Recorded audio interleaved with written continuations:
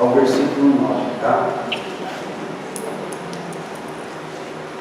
O nosso encargo agora, irmãos, ele vai mudar, ainda que relacionado. Nós vamos dar o encargo da sexta-feira de sermos discípulos do Senhor para conhecermos o Espírito Santo. Amém? Então eu vou ler aqui, os irmãos acompanhem aí, por favor. Passadas estas coisas, havia uma festa dos judeus e Jesus subiu para Jerusalém. Ora, existe ali, junto à porta das ovelhas, um tanque, chamado em hebraico Betesda, o qual tem 5 pavilhões. Neste jazia uma multidão de enfermos, cegos, coxos, paralíticos, esperando que se movesse a água, porquanto o anjo descia em certo tempo, agitando, e o primeiro que entrava no tanque, uma vez agitada a água, sarava de qualquer doença que tivesse. Estava ali um homem enfermo, havia 38 anos. Jesus, vendo-o deitado e sabendo que estava assim há muito tempo, perguntou: queres ser curado? Respondeu-lhe o enfermo: Senhor, não tem ninguém que me ponha no tanque quando a água é agitada, pois enquanto eu vou, desce outro antes de mim. Então lhe disse Jesus: levanta-te, toma o teu leito e anda. Imediatamente o homem se viu curado, e tomando o leito, pôs-se a andar, e aquele dia era sábado. Senhor querido, traga a bênção, Senhor, sobre o estudo dessa porção da palavra. Senhor, nos dê espírito de sabedoria, de revelação. Fala conosco, Senhor. Senhor, coloca a tua unção na minha boca, coloca a tua unção no ouvido dos irmãos, que nessa comunhão o teu Espírito possa se mover maravilhosamente para falar à igreja. Nós te rogamos, Pai, em nome de Jesus. Amém. Aleluia. Bom, irmãos, o encargo que nós tivemos esse ano todo foi os discípulos e o seu mestre. A excelência de ser cristão, irmãos, está em nós compreendermos o que é sermos discípulos do Senhor. Então nós vimos exaustivamente até que entre os que davam boas-vindas ao Senhor, tinha pelo menos 2 categorias de pessoas. Uma,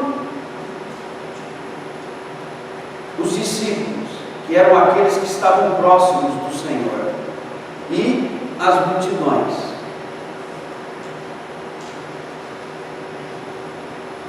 Os discípulos eram aqueles que reconheciam em Jesus o Messias que eles esperavam.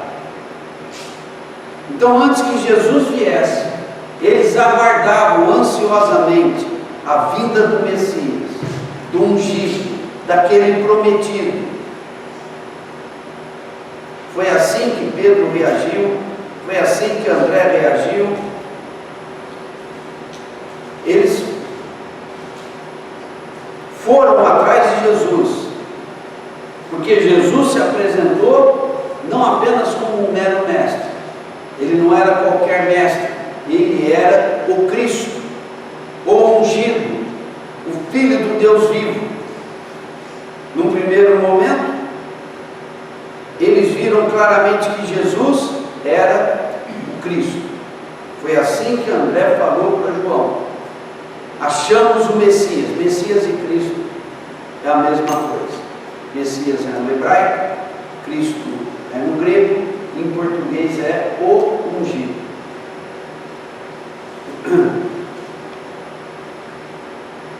Mas ainda faltava para eles saberem de que natureza é o Messias. Que o Messias era aquele homem a quem João batizou e disse: esse é o Cordeiro de Deus, e que esse seria então o Messias, o Cristo, o ungido, o prometido. Quanto a isso, praticamente de imediato eles já se foram esclarecidos por Deus a respeito disso. Deixaram as suas vidas profissionais e seguiram o Senhor. Quão especial foi aquilo! Quanto anseio havia no coração daqueles homens, como também havia no coração de Paulo, só que demorou mais para ele ver. Como também havia no coração de Ananias e de Ana, lá no templo, esperando o Messias. Mas para esses, o Senhor veio como o Messias e o Mestre. Então, de pronto, eles largaram tudo para seguir o Cristo, que era também o Mestre naqueles dias. E as multidões, né, irmãos? E as multidões? Para as multidões, eles nem sabiam que ele era o Messias, nem sabiam, muito menos, que ele era o Filho do Deus vivo.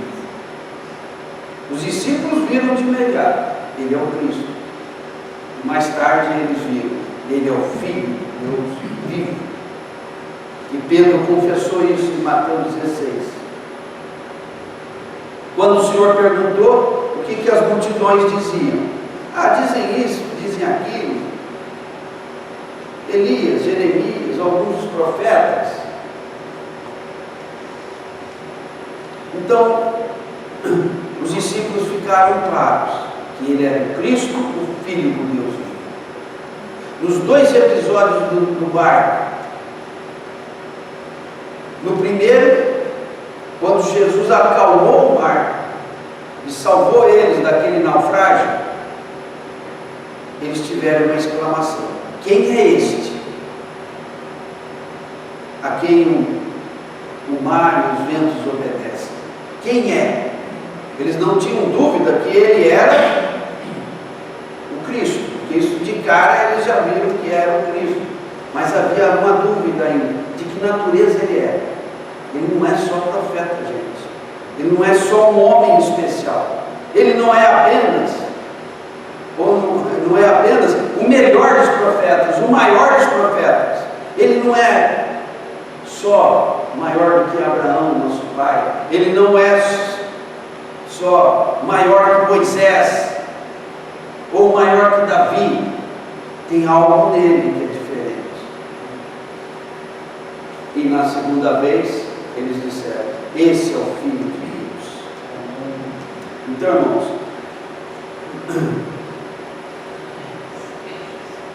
e eles agora então largam tudo, até a vida profissional. Outros eram discípulos sem largar a vida profissional, mas nesse caso, esses eram discípulos que largaram tudo. Não sei como é que Pedro fez, que ele tinha trabalho, e tinha esposa, e tinha sogra, mas o fato é que ele seguiu o Senhor.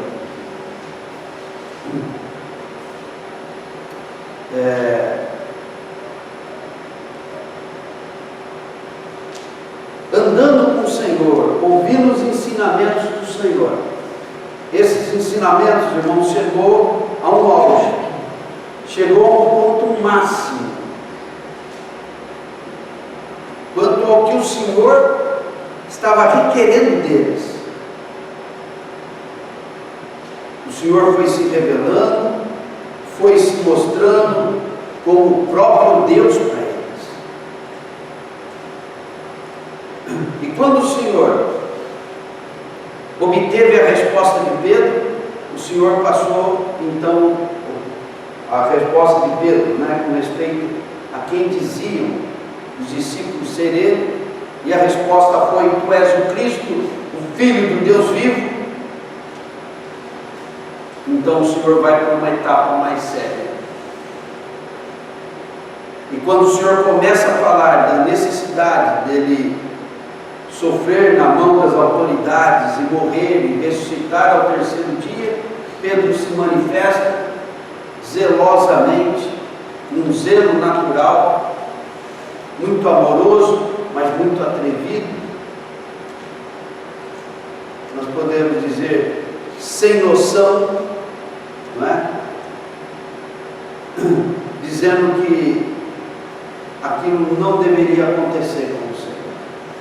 Aí começam as lições mais duras, irmãos, que nós temos que também aprender a receber do Senhor. O Senhor, de uma maneira muito dura, muito afirmativa, muito contundente, disse para Pedro: arrega Satanás, você não cogita nas coisas de Deus, você cogita nas coisas dos homens. Em outras palavras, Pedro, você ainda não pensa como Deus, você pensa como os homens, e os homens pensam como Satanás. Então, arrega-te com essa tua afirmativa. Puxa, que bate. E o Senhor então passa a ensinar a Pedro e aos demais: se alguém quer vir após mim, a si mesmo se negue, tome a sua cruz e siga. Então eu passei a discorrer para os irmãos várias passagens em que o Senhor dizia essas mesmas coisas a respeito de negar a si mesmo, tomar a cruz e seguir o Senhor. E tem uma palavra, irmãos, que está em Lucas 14, uma palavra-chave para ser discípulo. Uma palavra-chave, uma condição-chave para ser discípulo. E essa palavra é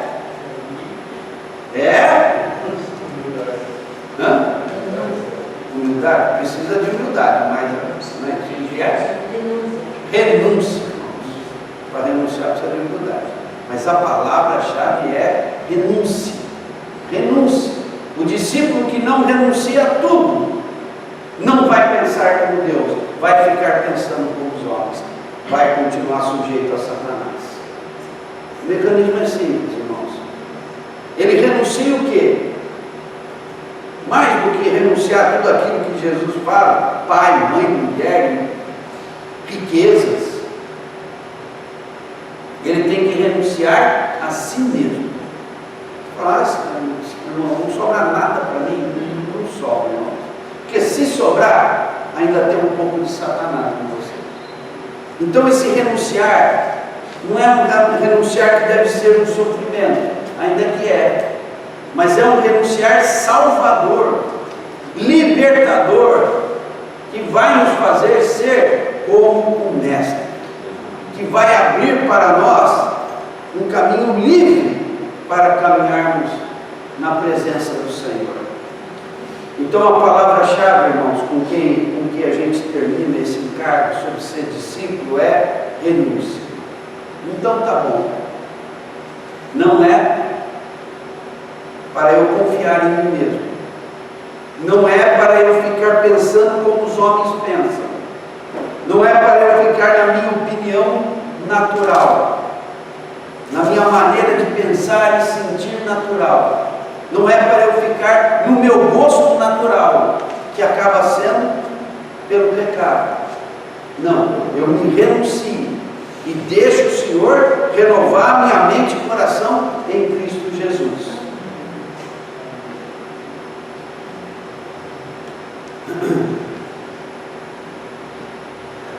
Então o nosso próximo encargo agora, irmãos, que nós vamos compartilhar até onde o Senhor permitir, é o Espírito Santo. É o Espírito Santo. Tá bom.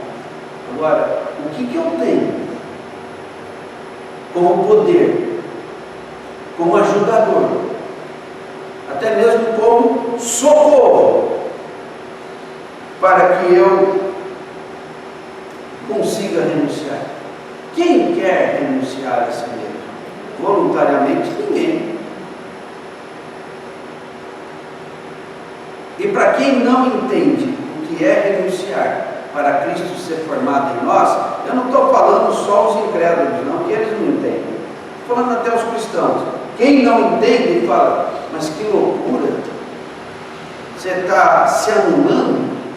Não, eu não estou me anulando, pelo contrário, eu estou voluntariamente me sujeitando para que Cristo seja formado em mim. Então, irmãos, o poder de renunciar, precisa de um poder aí, irmãos, precisa de um poder, pelo menos por dois motivos. Um é, porque o diabo não vai me soltar fácil. Ah, não vai, nem eu nem você. Ele não vai soltar ninguém. Nós temos sido bons escravos, nascemos escravos, e deveríamos ficar assim. Mas o Senhor veio até nós, veio nos trazer salvação, libertação, veio nos resgatar da morte, veio nos restaurar a tudo que Adão perdeu, e nós fomos despertados. E o maligno, de maneira alguma, ele vai se agradar disso. Então ele vai nos tentar, ele vai colocar peso sobre nós, ele vai de todas as formas tentar nos embaraçar. Aí o autor de Hebreus vem e escreve Hebreus capítulo 11, apresenta-nos os da fé e nos diz, olha para eles, e olha para o autor e consumador da fé, olha para o testemunho deles. Olhar para o testemunho dos que já venceram nos desembaraça de todo o peso e do pecado que tenazmente nos assedia, para corrermos livremente e com perseverança a carreira que nos está proposta. E ele ainda diz, olhando firmemente para o autor e consumador da fé, Jesus. Então nós olhamos para quem? É claro que principalmente nós olhamos para Cristo, mas nós temos que olhar para todos aqueles de Hebreus 11. Eles são as testemunhas que estão torcendo por nós. Paulo fala de uma carreira que nos está proposta. Quando fala de uma carreira, essa palavra carreira está falando do quê? Está falando de uma corrida no estádio. E quando ele fala de uma grande nuvem de testemunhas, ele está falando de uma torcida no estádio, torcendo por nós. Eu não sei como que é isso, mas é isso que está escrito lá. Há uma dúvida: será que aqueles que dormiram no Senhor veem o que está acontecendo conosco aqui? Eu não sei dizer, não quero entrar nisso, mas lá fala que essa turma está torcendo por nós, vendo ou não vendo, eles estão torcendo por nós. Vai, porque sem vocês não se completa o propósito eterno de Deus, e Jesus não volta a segunda vez, não vem uma segunda vez. Estamos contando com vocês, aguardando a ressurreição dos mortos e a Jerusalém que está por vir. Então vamos lá, gente, corre, nós estamos precisando de que vocês corram o trecho que Deus propôs para vocês. Nós corremos o nosso e queremos dizer para vocês, dá para correr, vamos lá, corre. Não é? Então, se nós falarmos de uma corrida de 10 mil metros, Abraão correu 188 metros, 180 metros, todo o tempo que ele viveu. Davi viveu só 80, né? Ele correu 80 metros. Moisés correu 120 metros. E essas coisas vão se somando até chegar nos 10 mil. Quem sabe, irmãos, nós somos 9.900. Eu tenho que caber aí. Quem sabe vivendo um pouco mais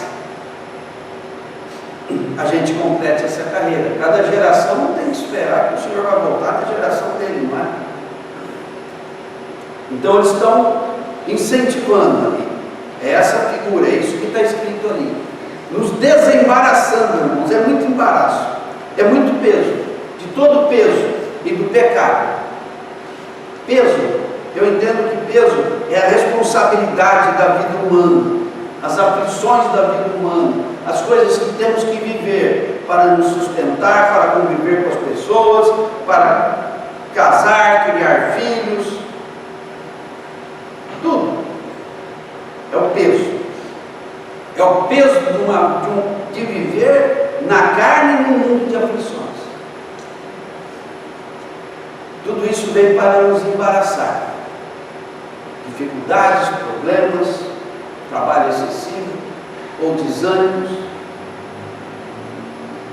Alguns ficam embaraçados porque trabalham demais, outros ficam embaraçados porque perdem o emprego e trabalham muito. Tudo é para embaraçar. E o pecado, as tentações, as agressões, os ataques na mente, como eu compartilhei já um pouco, tudo, pecado, aquele tormento para nos fazer pecar ou simplesmente para nos perturbar, tenazmente nos assedia.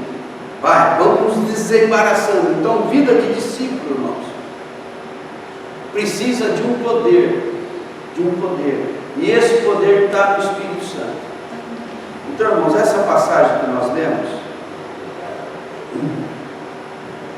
fala de uma situação que era a seguinte: Jesus, vão acompanhando aí, irmãos. Jesus subiu a Jerusalém para mais uma das festas dos judeus.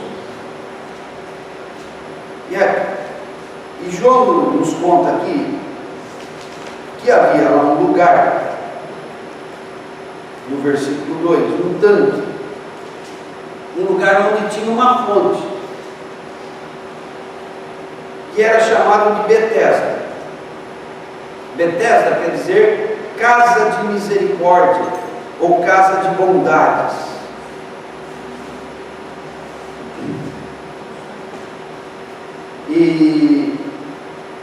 E nessa fonte, essa fonte deveria ser para quê? O pessoal ir lá e tirar água. Era uma fonte, como um poço, mas era uma fonte. E a razão dela ser era para que o povo fosse ali tirar água. Nenhuma cidade subsiste sem água, ninguém subsiste sem água. Então Jerusalém não tem um rio passando por ele. Jerusalém se abastecia de água através de fontes que haviam na cidade, né? Fontes muito antigas. E aqui tinha essa fonte. E ali, essa fonte formava um tanque. E em torno dela tinha uns grandes degraus, que é chamado aqui de pavilhões, não é? E nesses pavilhões, nesses grandes degraus, né, ficava ali uma multidão de enfermos. Uma multidão de enfermos. Por que essa multidão de enfermos se ajuntavam ali em torno do tanque, em torno da fonte? Quem sabe até atrapalhando as pessoas irem lá buscar água.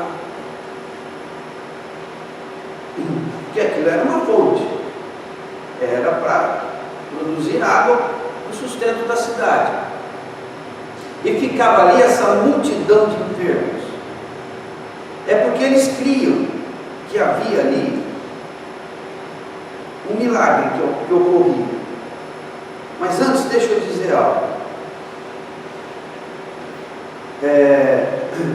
Aí na sua Bíblia, no versículo 4, você está vendo no começo dele e no fim dele um colchete, como um parênteses, está vendo? O que significa isso? Significa que esse versículo ele não está no texto original. Eu vou tentar explicar rapidamente. Na antiguidade, os escritos eram reproduzidos por escrita à mão, porque não tinha imprensa. Então tinha os escribas, as pessoas que eram especializadas nisso. Então as cópias dos livros da Bíblia, eles eram escritos. E havia uma técnica bastante aperfeiçoada para que a cada escrita não houvesse alterações. Você está escrevendo à mão, então poderiam haver alterações por descuido ou intencional de quem está fazendo o manuscrito. E a Bíblia, como nós temos hoje, é resultado de um amontoado de manuscritos do passado, principalmente do 3º e 4º século adiante, a partir de Cristo, né? E tudo isso foi muito seriamente catalogado, verificado. Então tem coisas que estão num e não está no outro. E nesse caso aqui, esse versículo 4, ele estava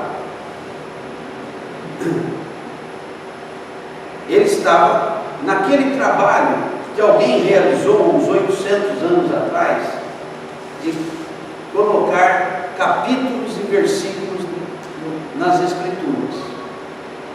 Isso foi um trabalho feito por um monge há uns 800 anos atrás, mais ou menos, de colocar capítulos e versículos. Então, quando ele pegou o que ele tinha na mão, na cópia que ele tinha na mão, nos manuscritos que ele tinha na mão, tinha esse versículo 4.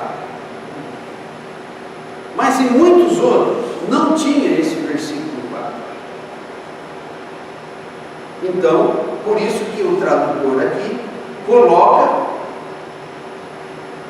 mas entre parênteses ou entre colchetes, para indicar que quando João Ferreira de Almeida foi fazer a tradução, os originais que ele usou não tinham esse versículo. Espero que isso não dê um nó na cabeça dos irmãos, mas fiquem tranquilos, né? Não é que a Bíblia falha, a Bíblia erra, não é nada disso. Mas aconteciam essas coisas. Então alguém aqui, escrevendo os originais e querendo explicar o porquê que essa turma se juntava ali, porquê que tinha uma multidão de enfermos. Então, na verdade, o que está a mais não é só o versículo 4. O que está a mais é a segunda parte do versículo 3. Cegos, coxos e paralíticos. No original está assim: nestes jazia uma multidão de enfermos. Bom, aí vinha para o versículo 5. Estava ali um homem enfermo, mas alguém, ou alguns, querendo explicar. Isso já não faz parte do texto de João. Então os manuscritos tinham esse problema de passar pela mão de alguém que queria melhorar a coisa, não necessariamente de maneira desonesta, mas contrariando a melhor técnica, que era não aumentar nada. Esse aqui dava uma forcinha para o texto. Deixa eu dar uma explicadinha aqui, senão quem for pegar para ler não vai entender. Aí ele explica, esses que acrescentaram essa passagem, eles estão explicando por que havia uma multidão de enfermos num tanque onde era lugar de tirar água. O que esses enfermos estavam fazendo ali? Ele vai explicar. E todos os comentários que eu li atestam isso que eu vou dizer. Por quê? Porque isso é uma superstição. Não tinha um anjo que descia ali. Isso era uma superstição.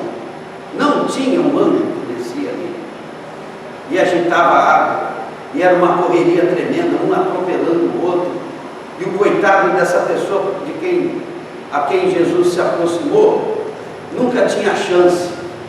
E ele já era doente há 38 anos, eu não sei há quanto tempo ele estava nesse tanque, aflito, porque ele não tinha ninguém que o ajudasse.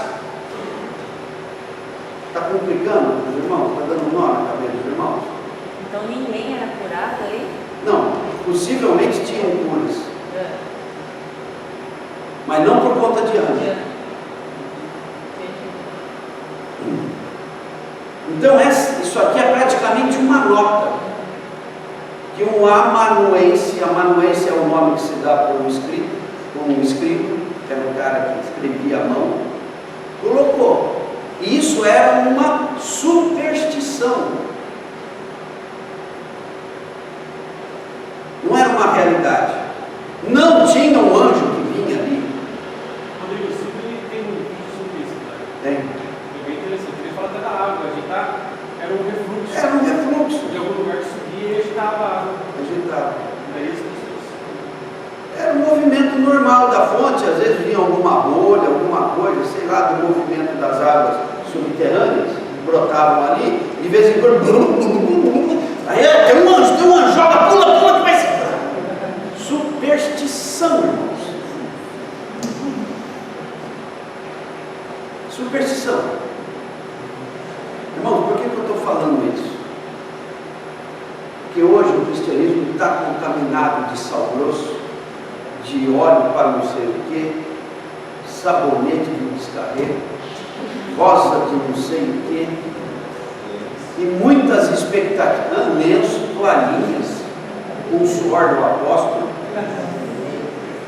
Irmãos, pelo amor de Deus, isso é desvio da fé. É desvio da fé. Eu espero que ninguém acredite nisso, irmãos.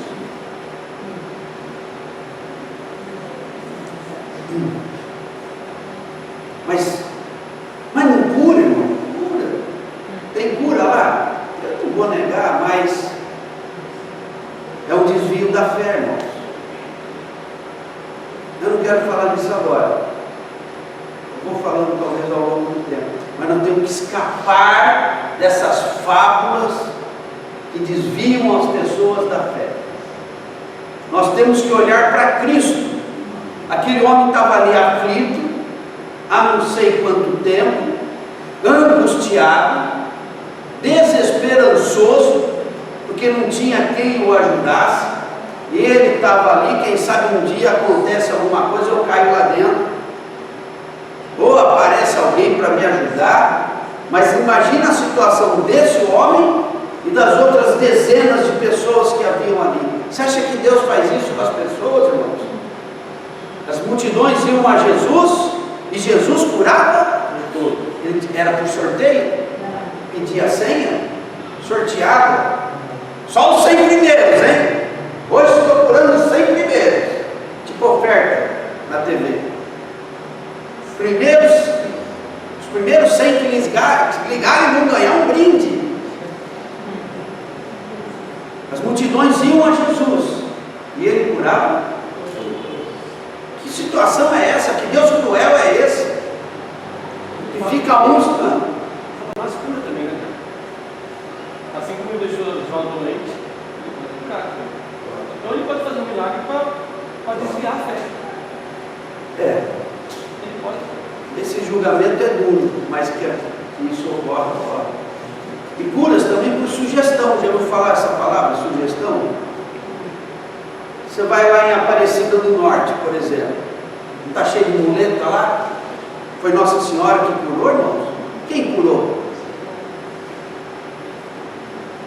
Então, o que acontecia ali, irmãos, não era diferente de uma romaria para Aparecida do Norte.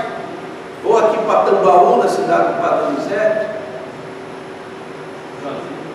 Juazeiro, Padre Cícero, e aí vai. Então isso aqui, irmãos, era superstição. Jesus, quando se propunha curar, ele curava todos. Mas fiquem imaginando o quadro, irmãos. Subiu uma bolha lá. Irmãos, era um atropelando o outro. Você acha que Deus podia? A cena é essa.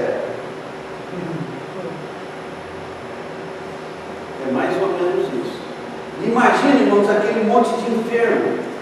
Aquele lugar devia ser mal cheiroso, de pessoas enfermas ali por dias, por anos.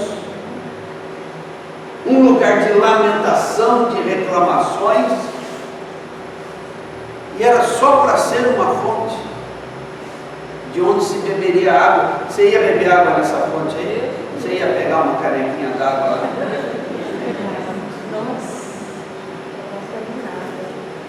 Então Jesus se apresenta ali, fala com uma pessoa, fala levantando.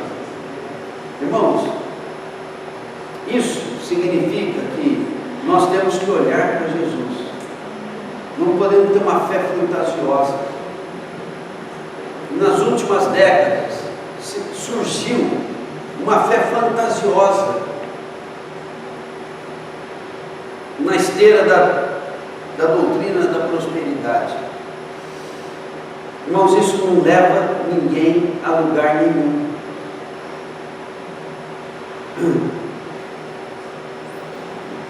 E há um detalhe. Jesus sai dali e aquela pessoa também vai. Jesus, ele recolhe a esteira que ele estava deitado em cima, que é chamado de cama aqui.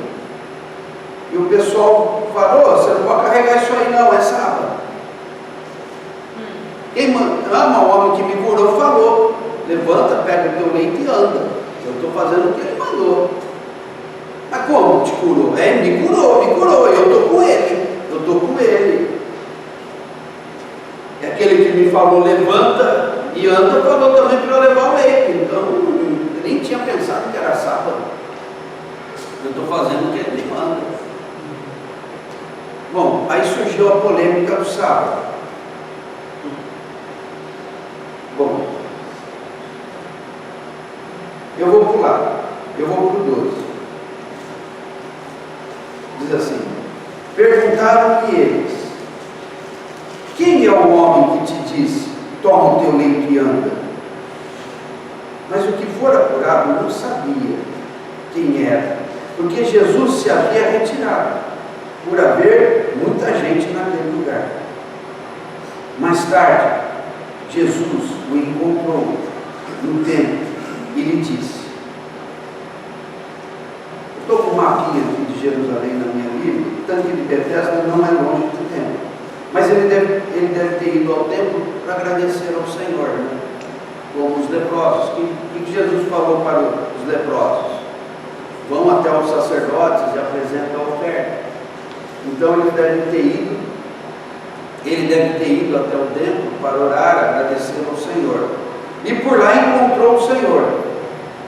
14. Mais tarde, Jesus o encontrou no templo e lhe disse: olha, que já estás curado. Não peques mais, para que não te suceda coisa pior. O homem retirou-se e disse aos judeus que fora Jesus quem o havia curado. Mas olha o que Jesus disse aqui: você já está curado, agora vai e não peques mais. Irmãos, o que adianta a cura sem tratar com o pecado, irmãos? E é o que acontece hoje. Ninguém trata com o pecado. Dá o testemunho, dá o testemunho, dá o testemunho, dá o testemunho. Você não vê testemunho de conversão. Irmãos, isso é horrível. Isso é até abominável. Dá testemunho de cura, dá testemunho disso, testemunho daquilo, mas você não ouve testemunho de conversão. Eu recebi a Jesus como Salvador. Eu me arrependi dos meus pecados. A minha vida está sendo transformada. Então, irmãos, nós temos que conhecer o que de místico é verdadeiro. O Espírito Santo é verdadeiro, irmãos. E eu encerro aqui. O Espírito Santo é verdadeiro. Que Deus nos dê graça para entendermos o mistério do Espírito Santo. Não é superstição, não é anjo, não é água que move, não é sal grosso, não é essas superstições, irmãos. São superstições que desviam os crentes da verdade, que impedem com que Cristo seja formado neles. E o cristianismo hoje, de uma maneira geral, está amarrado por coisas que não têm Cristo como centro. O que resolve não é uma superstição. O que resolve é Jesus chegar e dizer: levanta-te, toma o teu leito e anda. Isso é verdadeiro, irmãos.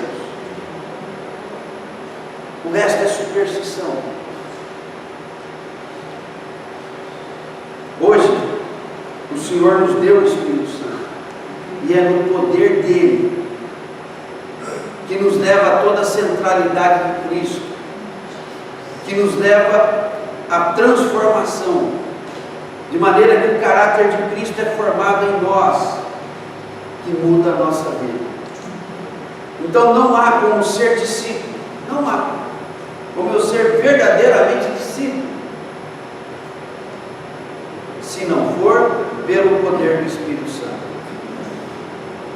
Ultimamente tem um assunto que tem aparecido no meio cristão e que tem chocado os cristãos, que é suicídio de pastor. Recentemente houve mais um suicídio de pastor, falando de pastores. Irmãos, o que é isso? Se não falta de conhecer o Espírito Santo e se envolver com tanta atividade religiosa. Por fim acontecem essas coisas. Olha como é que fica o coração dos crentes. Olha que tipo de insegurança, de instabilidade que é semeado no meio dos cristãos. Mais um. Põe lá.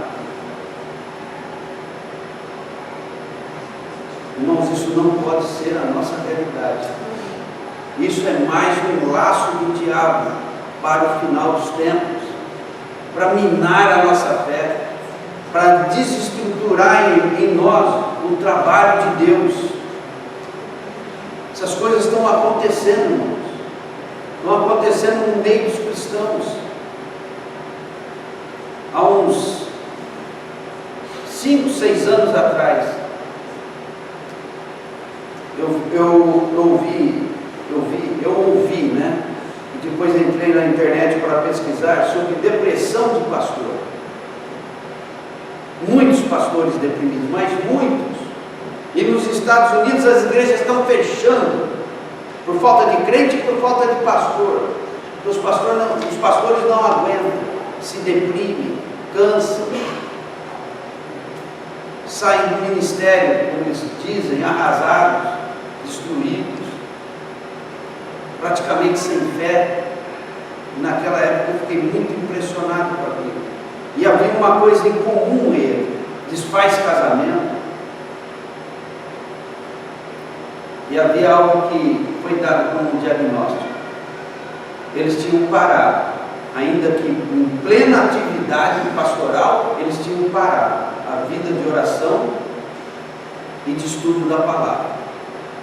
E que quando começaram, e eram 10, 15, 20 pessoas, eles oravam horas e horas e horas, estudavam a palavra, pregavam. A coisa cresceu, 20, 30, 40, 200, 300, 400, 500. Opa, agora beleza.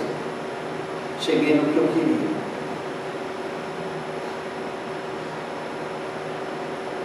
Aí depois de 30 anos, o cara que começou com 25, agora ele está com 55, querendo separar da mulher, deprimido, sem força para nada, praticamente abandonando a fé. Eu vi aquilo e falei: pelo amor de Deus, me ajuda aí, Senhor, ajuda a igreja. E se eu pensei que isso era o fundo do poço, não é. Agora tem pastores se suicidando. E esse já é um assunto muito recorrente, e já muito comum entre os pastores. Todos impressionados e assustados com isso. Não só tem uma coisa que muda isso: é conhecer o Espírito Santo. Amém. O resto é superstição. Mas conhecer o Espírito Santo nos põe para cima, nos faz andar vitoriosamente. Amém? Amém?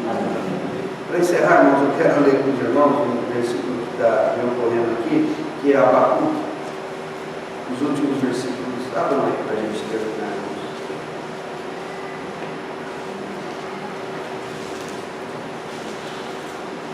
É o finzinho do Velho Testamento.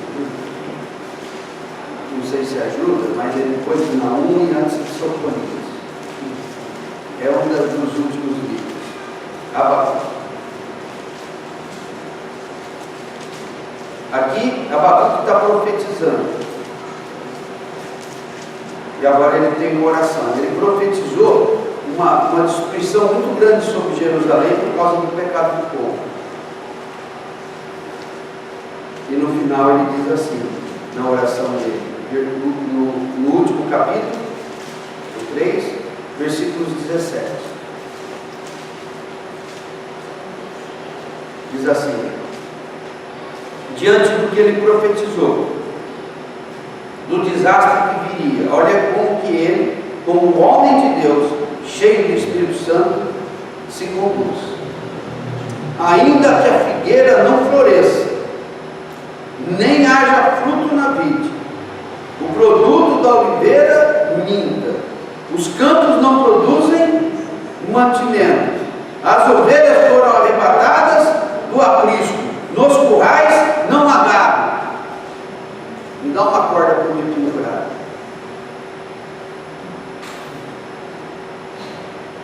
É isso que diz o profeta, versículo 18.